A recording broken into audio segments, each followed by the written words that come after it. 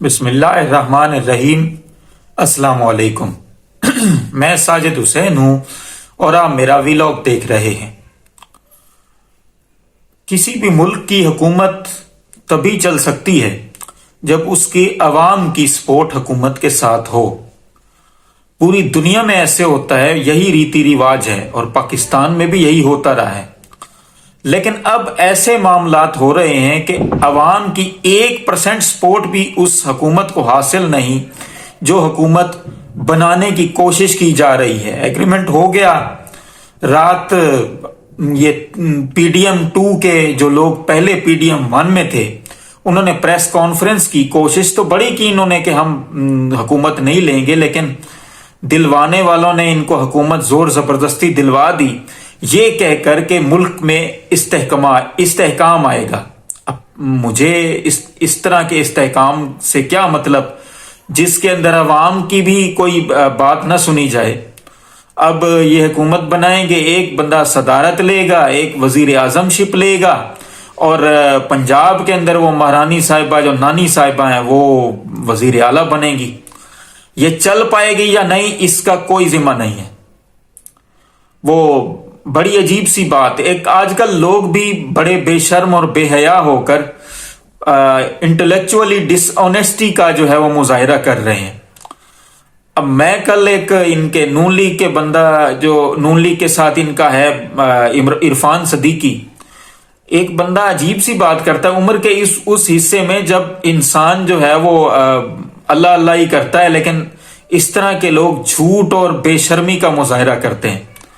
वो ये कहता है कि 2018 के में भी जो ये सब कुछ हुआ था जो आज हो रहा है, यानी 2018 में धांधली हुई थी, आज हो गई है तो क्या हुआ। 2018 में नवाज शरीफ को गिरफ्तार किया गया था, आज इमरान खान गिरफ्तार हो गया तो क्या हुआ। 2018 में ये जुल्म हुआ था नून लीग के साथ, आज पीटीआई के साथ हो रहा है तो क्या हुआ। यानी इस तरह की बातें करके लोगों का जहन बिगाड़ने की कोशिश की जा रही है, लोगों को कंफ्यूज करने की कोशिश की जा रही है। इस वजह से इस वीडियो में आज मैं बात करूंगा कि 2018 में जो इलेक्शन हुए थे या जो 2018 में जो हालात थे, क्या वो आज हालात उससे मिलते जुलते हैं या फिर चेंज हैं। छोटी सी एक बात कहता हूं, आपको सारी बात समझ आ जाएगी। ट्विटर पिछले 5 दिन से बंद है। सोशल मीडिया एक इंफॉर्मेशन का एक जरिया है लोगों का, जहां पे लोग अपनी डिस्कशन करते हैं और लोग एक दूसरे से अपनी राय का इजहार करते हैं। जमहूरियत है इस मुल्क के अंदर, इजहार राय पर पाबंदी है। यानी ये हालात हैं कि पाकिस्तान में ट्विटर बंद है और पाकिस्तान का जो वजीर आजम है वो वीपीएन लगा के ट्विटर इस्तेमाल करता है, ट्वीट्स करता है। ये हालात हैं पाकिस्तान के अंदर। ये 2018 में हुए थे। नवाज शरीफ 2018 में गिरफ्तार हुआ था अपनी करतूतों की वजह से। पनामा के अंदर जो भी उसके मामलात थे, आज तक उसने जवाब नहीं दिया कि वो फ्लैट्स कहां से आए, जिसके बारे में मई 2017 में उसने कहा था ये है हजूर वो जराए। अब वो जराए किधर हैं आज तक नहीं मिल सके। क्या 2018 में क्या इमरान खान के साथ ऐसा हुआ है 2024 में। साइफर केस का मुकदमा और सबसे घटिया तरीन इद्दत में निकाह का मुकदमा और तोशा खाना का मुकदमा। नवाज शरीफ और जरदारी ने तोशा खाना में गाड़ियां नहीं निकाले जा सकती, लेकिन गैर कानूनी तौर पर उन्होंने गाड़ियां ली, वो आजाद हैं। इमरान खान ने और उसकी बीवी ने कानूनी तौर पे पैसे देकर चीजें खरीदी, वो जेल में है। ये 2018 में हुआ था। अब दूसरी बात कहते हैं कि जी धांधली हुई थी 2000, कितनी धांधली हुई थी 2018 में। आरटीएस बिठाया गया था, रिजल्ट रोक दिए गए थे। क्या पाकिस्तान तहरीक इंसाफ को उससे नुकसान हुआ था या फायदा। सब लोग कहते थे कि जो हमने सीटें जीतनी चाहिए थी उसमें नुकसान हुआ, यानी कि लूली लंगड़ी हुकूमत दी गई थी तहरीक इंसाफ को। ये कारनामे और कारस्तानियां उस वक्त की स्टैब्लिशमेंट की हैं। उस वक्त भी यही हो रहा था कि एक लूली लंगड़ी हुकूमत इमरान खान को दी गई और बाद में ख्वाजा आसिफ यही कहते रहे, किसी की तरफ से डिनाइल नहीं आया कि हुकूमत बनते ही बाजवा साहब ने हमसे बात करना शुरू कर दी थी कि इस बंदे को निकालना है। अब हालात इस तरह के हैं कि क्या उस वक्त 9 मई हुआ था 2018 में। जवाब है बिल्कुल नहीं। उस वक्त इस तरह की प्रेस कॉन्फ्रेंस हुई थी जिस तरह के आज बंदे उठाकर ان کے زور زبردستی ضمیر جگوائے جاتے ہیں اور ان سے پریس کانفرنس کروائی جاتی ہے. کتنے نون لیگ کے لوگ ہیں جنہوں نے 2018 میں نون لیگ کو چھوڑا تھا؟ اور اس کے بعد نواز شریف گرفتار ہوئے تھے، لیکن نواز شریف کو کتنی دیر سزا انہوں نے بھگتی؟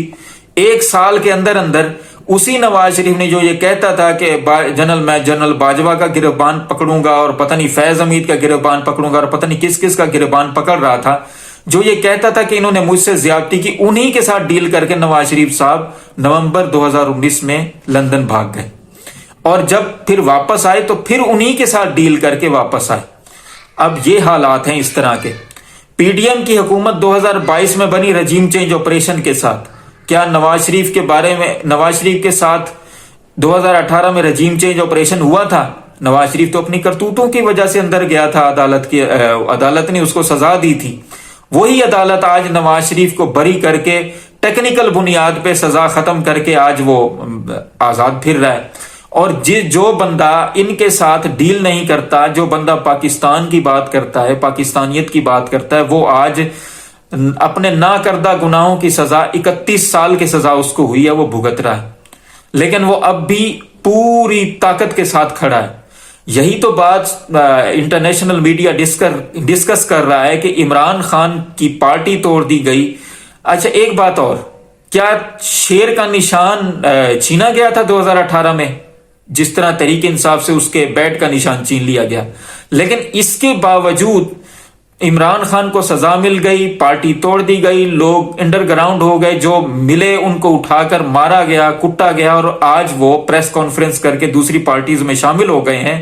کیا اس طرح کے حالات 2018 میں ہوئے تھے؟ بالکل نہیں ہوئے تھے. لیکن اب یہ بات کہی جا رہی ہے کہ جو کچھ بھی ہوا ہے اب ان سب کو بھلا کر آگے بڑھیں. ہم کس طرح آگے بڑھ سکتے ہیں؟ ایک آدمی، ایک عام عوام، بوڑھے، بچے، جو ینگسٹر ہیں، انہوں نے اور خواتین نے، حضرات نے لائنوں میں لگ کے پی ٹی آئی کے امیدواروں کے ٹھپے نشان ڈھونڈ کے ان کو ووٹ دیے.